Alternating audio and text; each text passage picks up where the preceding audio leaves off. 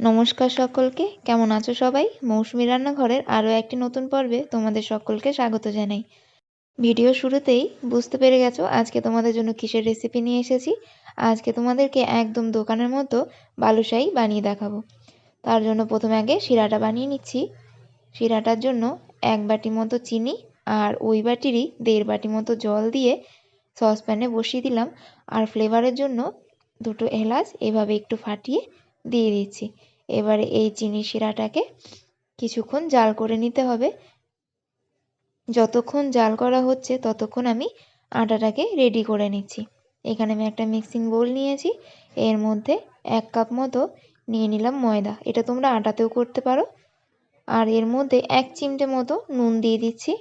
নুনের সাথে ময়দাটাকে একটু মিশিয়ে নিয়ে এবার এর মধ্যে দিয়ে দিচ্ছি সাদা তেল। এখানে আমি প্রায় 4 থেকে 5 টেবিল চামচ মতো সাদা তেল ব্যবহার করেছি, বেশ অনেকটা পরিমাণ। এবারে খুব ভালোভাবে ময়ামটা দিতে হবে। দেখো, যখনই দেখবে এইভাবে মুঠো হয়ে যাচ্ছে আর খুব সহজেই এভাবে ভেঙে যাচ্ছে, তখনই বুঝবে ময়ামটা কিন্তু খুব ভালোভাবে হয়েছে। এই ময়ামে যদি তেলটা কম হয়ে যায় তাহলে পরে কিন্তু মিষ্টিটা শক্ত হয়ে যাবে। এবারে অল্প অল্প করে জল দিয়ে একটু চেপে চেপে মাখতে হবে। খুব বেশি নরম করা যাবে না, একটু শক্ত করেই মাখতে হবে। ঠিক দেখাচ্ছি কীরকম হবে। দেখো, খুব বেশি চেপে কিন্তু আমি এটাকে মাখিনি। দেখো, এইভাবে ভাঙলে এই লেয়ারগুলো যেন দেখা যায়, তাহলেই বুঝবে মাখাটা কিন্তু পারফেক্ট হয়েছে। এর থেকে বেশি নরম হয়ে গেলে ভাজাটা কিন্তু একদমই ভালো হবে না, ক্রিস্পি হবে না, নরম হয়ে যাবে। এবার এটাকে আমি 5 মিনিটের জন্য একটু রেস্টে রেখে দিচ্ছি। এদিকে আমাদের শিরাটাও প্রায় রেডি হয়ে গেছে। আমরা চিনির শিরায় যে 1.5 বাটি মতো জল ব্যবহার করেছিলাম সেটাকে শুকিয়ে 1 বাটি মতো করে নিয়েছি। এবারে শিরাটা পুরোপুরি রেডি, এটাকে সাইডে রেখে দিচ্ছি। আর এদিকে আটাটাও একটু রেস্ট পেয়ে গেছে। এবারে সামান্য একটু লেচি এখান থেকে কেটে নিয়ে বালুশাহীর আকার দিয়ে দিচ্ছি। এভাবে একটু হালকা হাতে চেপে নিয়ে গোল করে নিচ্ছি। এবার মাঝ বরাবর একটা আঙুল চেপে এভাবে একটু ফুটো মতো করে নিচ্ছি। দেখো, এখানে কিন্তু আমার একটা রেডি করা হয়ে গেছে। এইভাবে আমি বাকিগুলো রেডি করে নিচ্ছি, তারপর তোমাদের দেখাচ্ছি। দেখো, এখানে কিন্তু আমার সবগুলো রেডি করা হয়ে গেছে। এবার এগুলোকে ভাজবার পালা।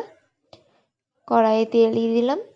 আমি এখানে ভাজবার জন্য সাদা তেল ব্যবহার করেছি, তোমরা চাইলে ঘিও ব্যবহার করতে পারো। তেলটা হালকা গরম হলে আঙুল চোবানো যাবে, ঠিক এই রকম গরম হতে হবে। তখনই এইভাবে বালুশাহীগুলোকে দিয়ে দিতে হবে। আর পুরো প্রসেসটা হবে কিন্তু একদম লো ফ্লেমে, একদমই হাই ফ্লেম করা যাবে না, তাহলে ওপর থেকে পুড়ে যাবে আর ভেতরে কিন্তু কাঁচাই থেকে যাবে। এইভাবে আমি প্রায় 2 মিনিট মতো রেখে দিয়েছিলাম। দেখো, 2 মিনিট পর হালকা একটু বুদবুদ উঠতে শুরু করেছে।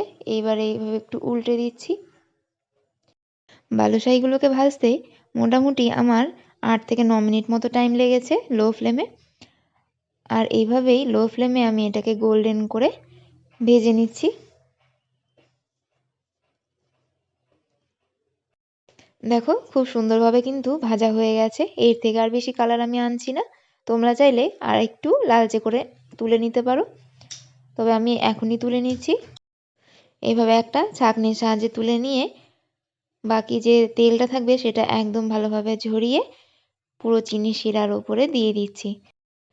চিনি শিরাটা যদি ঠান্ডা হয়ে গিয়ে থাকে তাহলে হালকা কুসুম গরম করে নিতে হবে, না হলে বালুশাহীগুলো একটাও চিনি শিরা কিন্তু ভেতরে ঢুকবে না। হালকা গরম করে নিলে দেখবে খুব সুন্দর ভেতর অবধি চিনি শিরাটা পৌঁছে গেছে। এইভাবে আমি এই চিনি শিরার মধ্যে এটাকে 1 মিনিট মতো এইভাবে ডুবিয়ে রেখে দেবো, যাতে খুব ভালোভাবে চিনি শিরাটা ঢুকে যায়। 1 মিনিট পর চিনি শিরা থেকে দেখো তুলে নিয়েছি। তোমাদেরকে একটা ভেঙে দেখাচ্ছি এটা ঠিক কতটা সুন্দর হয়েছে। দেখো, ভেতর অবধি কিন্তু রসটা ঢুকে গেছে আর ওপর থেকে খুবই মচমচে ছিল। ভিডিওটা কেমন লাগলো অবশ্যই কিন্তু জানিও, আর বাড়িতে একবার হলেও এইভাবে বানিয়ে খেও আর আমাকে কমেন্টে জানিও কেমন লাগলো। আজকের মতো এখানে শেষ করছি, দেখা হচ্ছে নতুন কোনো ভিডিওতে।